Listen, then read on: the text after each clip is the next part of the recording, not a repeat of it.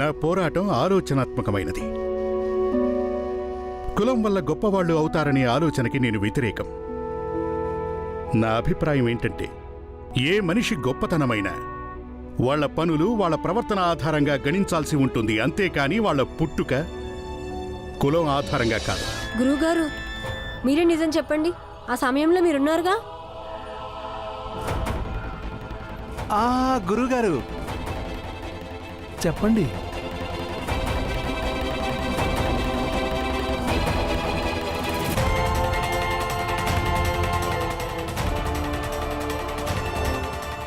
మా మాట నమ్మండి. వీళ్ళు ఆ పెళ్లికి దాన సంస్కారాలు చేయొద్దని చెప్పి వెళ్ళిపోయారు. మరి నాన్నేం చేస్తాడు?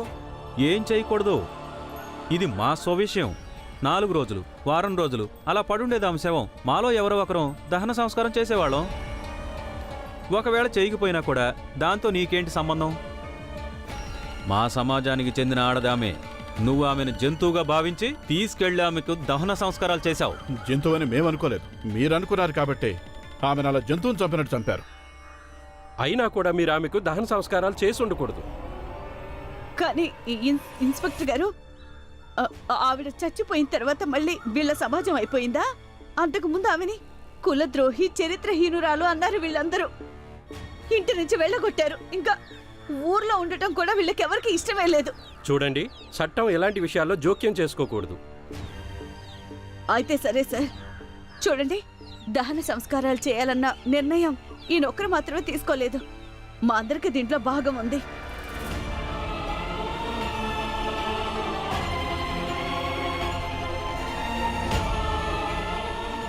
మరి అలాంటప్పుడు ఈయన ఒక్కరే అపరాధి ఎలా అవుతారు? మేమందరం అపరాధులవే. మమ్మల్ని కూడా స్టేషన్కి తీసుకెళ్ళండి మీరు.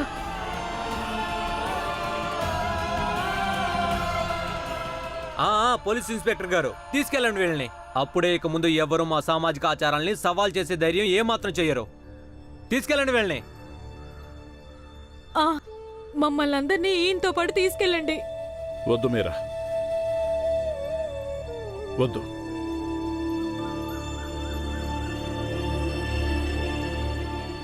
ఈ పని నేను ఒక్కడనే చేశాను. ఒకవేళ మీ దృష్టిలో అది నేరమైతే నేను నేరస్తుడిని. నా కుటుంబ సభ్యులు నన్ను వద్దని వారించారు, కానీ నేనే వినలేదు. నేనే అపరాధిని.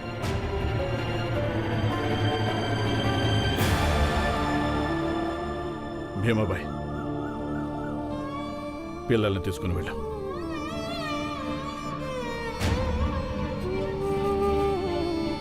మీరెందుకు ఇలా చేస్తున్నారు? మిమ్మల్ని పరిస్థితుల్లో వదిలిపెట్టి మేము ఇంటికి వెళ్ళాలా? ఇన్స్పెక్టర్ గారు, దయచూపి. భీమాబాయ్, నేను ఏ తప్పు చేయలేదు. కానీ చూడు, చట్టానికి అడ్డుపడొద్దు. నువ్వు తప్పుకో. లేదు, నేను తప్పుకోను. భీమాబాయ్, దారి కట్టు తప్పుకో. తప్పుకోను. నా మీద ఒట్టు.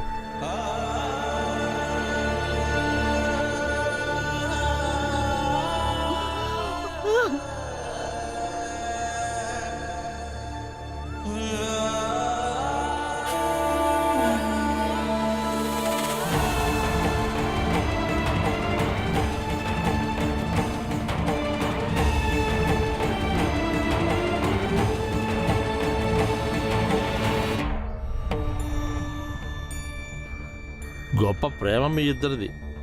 పాపం 2 హంసల జంట విడిపోయింది. అయ్యో, వీళ్ళ స్థాయి ఎక్కడా? అసలు వీళ్ళ జాతికి కాకులు కూడా ఎక్కువే, ఇంకా హంసల దాకా ఎందుకు?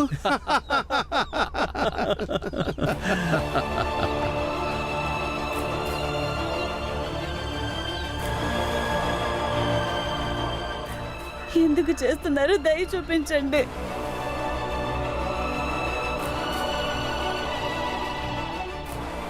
దయ చూపించండి. అమ్మా, అమ్మా, వద్దు. చూడు భీమరావు, వంగి ఉండటం మీ అందరి తలరాత. తలరాతల్ని మార్చడానికి ప్రయత్నించొద్దు. ఏయ్ నువ్వు, మేమిదంతా ఎందుకు చేశామో తెలుసుకోవాలనుకుంటున్నావా? అయితే విను. మీరందరూ మీ స్థాయిని పరిధిని దాటి మా సామాజిక వ్యవస్థలో జోక్యం చేసుకుని పెద్ద తప్పు చేశారు. అందుకని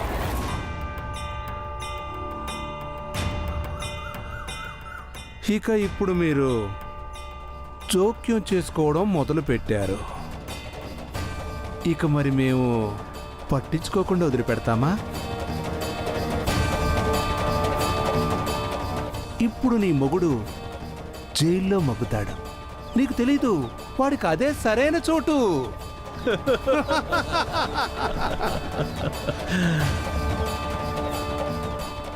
మా నాన్నకి ఏమీ అవ్వదు. ఆయన నేను విడిపిస్తాను. అందుకోసం నేనేమైనా చేస్తాను. అయితే మీరు విడిపిస్తారా బారిస్టర్ గారు? మీరు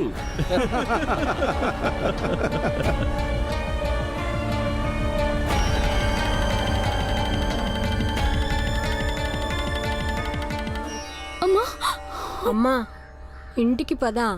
ఇంటికి వెళ్తే మీ నాన్నను వదిలేస్తారా?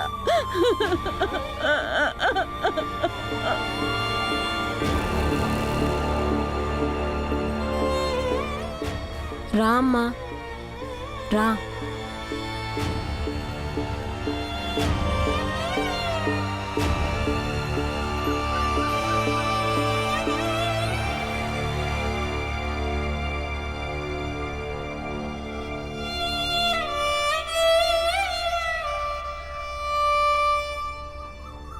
అరే, అంబేద్కర్ గురుగారు మీరా?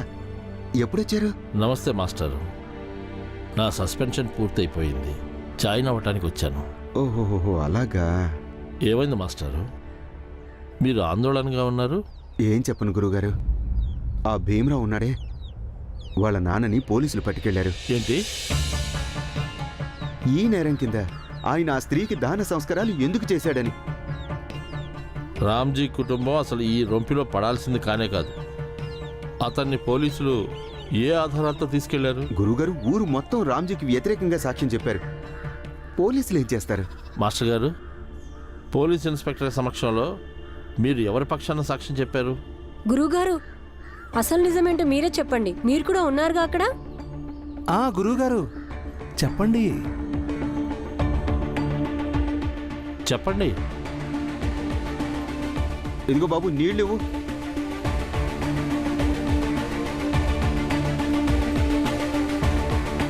చెప్పండి మాస్టరు, మీరు పోలీస్ ఇన్స్పెక్టర్ ఎదుట ఏమని సాక్ష్యం చెప్పారు? నువ్వు వెళ్ళు.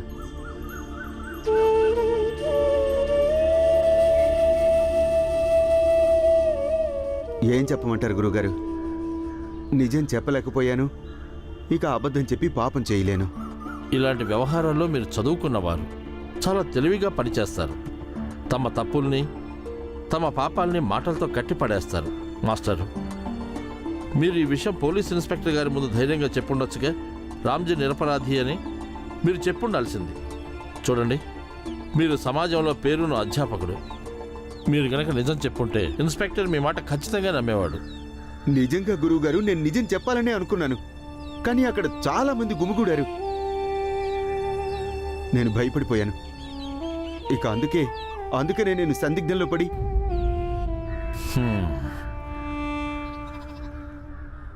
మిమ్మల్ని అర్థం చేసుకోగలను. మీ స్థానంలో నేనున్నా అప్పుడు నేను కూడా అలాగే చేసేవాడినేమో. కానీ ఇప్పుడు ఏమవుతుంది మాస్టారు? ఏమవుతుంది? ఆ మందబలం ముందు రామ్జీ మంచితనం బలహీనమైపోతుంది. సమాజంలోని బలమైన వర్గం వాళ్ళు పరిస్థితులను తమకు అనుకూలంగా మలుచుకుంటారు. ఇక ఎప్పటిలాగానే రామ్జీ జాతి వాళ్ళకి గుణపాఠం చెప్పాలని వాళ్ళ జీవితాన్ని నాశనం చేసేస్తారు. ఇక మనలాంటి వాళ్ళకి తప్పని తెలిసినా మనం కూడా మౌనంగా ఉండిపోతాం. ఇప్పుడు తమ సమాజం నుంచి బహిష్కరణ అవ్వాలని ఎవరు కోరుకోరుగా. అయితే రామ్జీని కాపాడడానికి మార్గం లేదా? ప్రస్తుతానికి లేదు. నాకు ఒక విషయానికి దిగులుగా ఉంది. ఎక్కడ ఈ సమస్య వల్ల భీమరావుకి రామ్జీ అండలేకుండా పోతుందోనని. అతని కుటుంబం చెల్లా చెదరవుతుందని, అప్పుడు భీమరావులో ఉన్న గొప్ప ప్రతిభ ఎక్కడ ఆవిరైపోతుందో అని. మనందరికీ మతులు చెడిపోయినట్టున్నాయి. వాళ్ళు చెప్పింది నిజమే. మనం మన తాహతు మర్చిపోయాం. మనం మన పరిధిని మర్చిపోయాం. ఎలా జరుగుతుందో అలా జరగనివ్వాల్సింది. అనవసరంగా ఇతరుల జీవితంలో వేలు పెట్టాం. అమ్మా, మనం సమస్యలను చూసి ఎప్పుడు కూడా భయపడకూడదు. ఈ మాట నాన్న ఎప్పుడు చెప్తుండేవాడు. చూడు, అన్ని సమస్యలు సర్దుకుంటాయి. ఇంకా ఏం మిగిలిందిరా సర్దుకోవడానికి? జరగాల్సిన నష్టం జరిగిపోయింది. నువ్వేమంటున్నావు వదినా? ఇంకేమనమంటారు? ఆ? ఇంకేమనాలి? వదినా, నీకు తెలుసుగా అసలు ఈ రొంపిలో పడి ఎందరి జీవితాలు నాశనం అయిపోయాయో. ఈ సమాజం వల్ల నరం గురించి తెలుసు మనకి. ఇది ముందుగా బుర్రలోకి ఎందుకు రాలేదో తెలియడం లేదు. ఎందుకు వాళ్ళ సమాజం స్త్రీని మన ఇంట్లో పెట్టుకున్నాం మనం? పోతే పోయేది ఎక్కడికో చోటికి. వదినా, ఈ ఇంట్లో పెట్టుకొని ఎక్కడ కాపాడగలిగా మనం తన్ని? ఇంకా పైగా ఇవన్నీ జైలు, పోలీసు. అసలు నాకేం అర్థం కావట్లేదు ఏం జరుగుతుందో. భీమ్, మనం పెద్ద సమస్యలో చిక్కుకున్నాం. ఇప్పుడు ఏం చేద్దాం? నాన్ని ఎలా విడిపిద్దాం?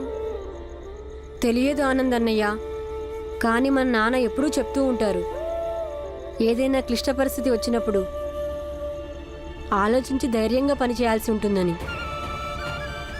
మీరు ఎవరూ భయపడద్దు. మనం నాన్నని విడిపించి తీసుకొద్దాం.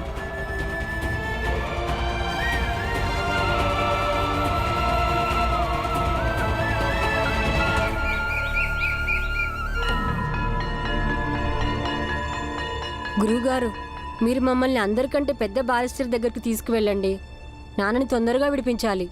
చూడు భీమ్, నువ్విప్పుడు చాలా చిన్నవాడివి, కానీ ఇవన్నీ చాలా పెద్ద విషయాలు భీమ్.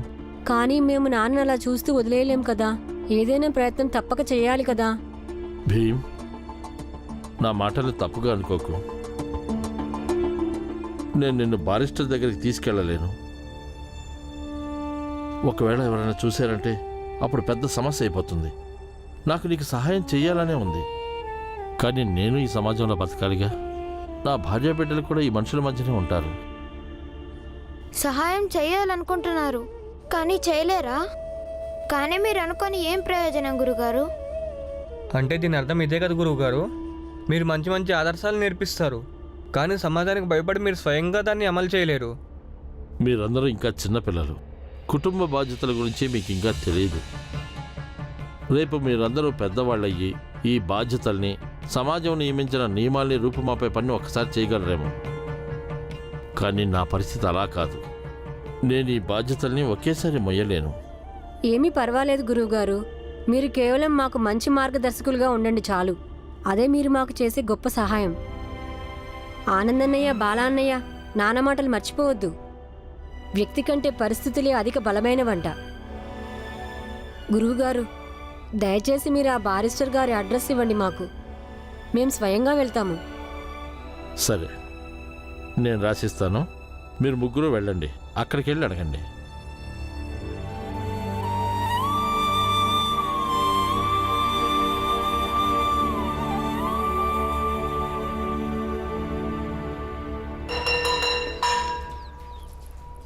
భీమ్, మనతో ఎవరైనా పెద్దవాళ్ళుంటే బాగుంటుంది.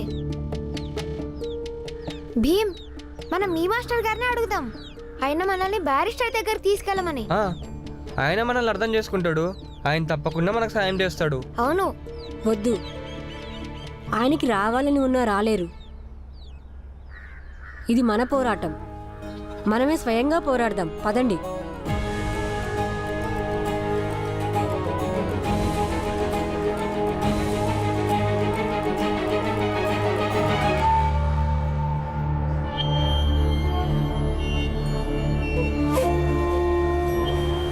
ఎక్కడికి వెళ్తున్నారు త్రిమూర్తులు?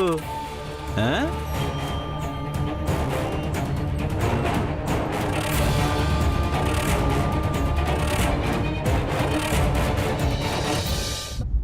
భీమ్, నువ్వు ఇతనికి ఏమీ చెప్పొద్దు. చెప్పావంటే ఇతను మనకి కొత్త సమస్య సృష్టిస్తాడు.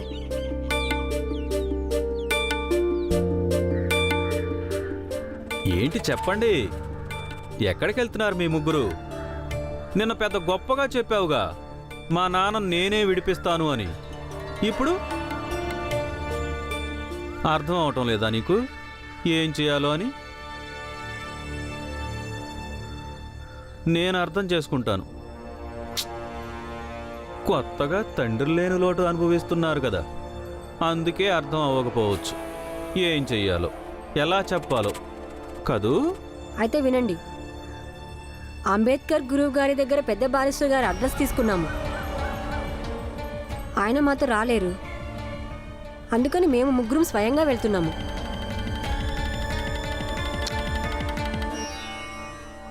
తండ్రి జైల్లో ఉన్నాడు, కానీ తల పొగరు తగ్గలేదు నీకు. చాలా పొగరు నీకు. సరే ఒక మాట చెప్పు, నీకు నన్ను చూసి భయం వేయటం లేదా? మా సమాజం అంటే భయం వేయటం లేదా? మా ఆనందన్నే చెప్పాడు మీకు ఇది చెప్పొద్దని, మేము ఎక్కడికి వెళ్తున్నాము. అయినా కూడా నేను మీకు చెప్పానుగా, భయపడి ఉంటే అబద్ధం చెప్పేవాణ్ణి. మా నాన్న మాకు ఎప్పుడూ చెప్తుంటారు, ఒకవేళ నిజం ఒంటరిదైనా సరే అబద్ధం ఎప్పుడూ దాని మీద గెలవలేదని. ఇక అన్యాయం చేసేవాళ్ళు ఎంతగా రంకెలు వేసినా వాళ్ళు పిరికి వాళ్ళు బలహీనులేనంట.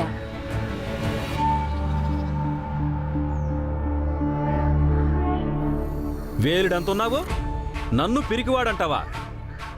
లాగి ఒకటి కొట్టానంటే ఇక్కడే చచ్చిపడుంటావు, లేవని కూడా లేవలేవు.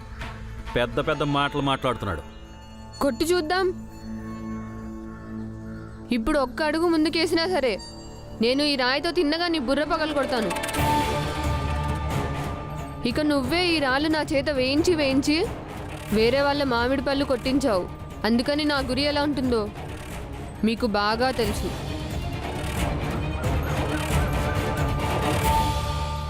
నువ్వు వీళ్ల పక్షం వహిస్తున్నావా?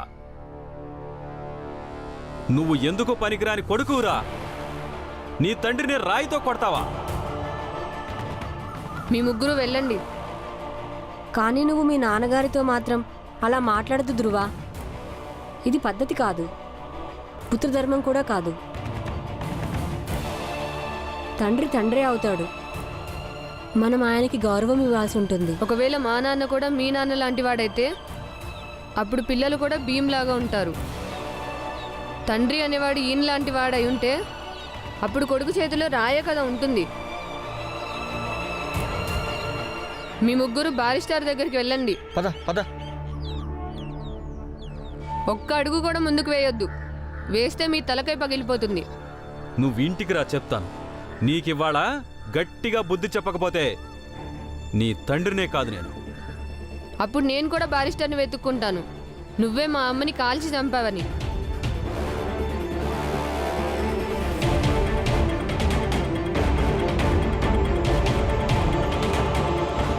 నేను మీ అందరి కాళ్ళకి దండం పెడతాను, దయచేసి నా భర్తను విడిపించండి.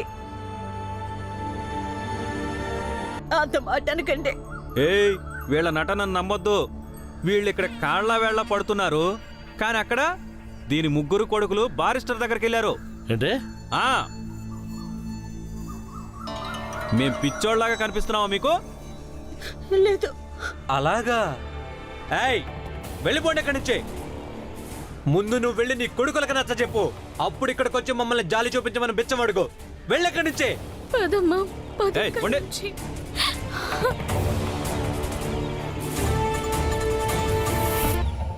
ఈ తక్కువ జాతి వాళ్ళ ధైర్యం చూడండి, బారిస్టర్ దగ్గరకు వెళ్ళారు. వెళ్ళనివ్వండి బారిస్టర్ గారి దగ్గరికి. బారిస్టర్ గారి దగ్గరికి వెళ్ళి ఏం చేస్తారు సేటు గారు? ఆయనకి ఇవ్వడానికి డబ్బులు ఎక్కడి నుంచి తెస్తారు? అదీగాక ఆ బారిస్టర్ మాత్రం మనం సమాజం కానివాడు ఉంటాడా ఏంటి?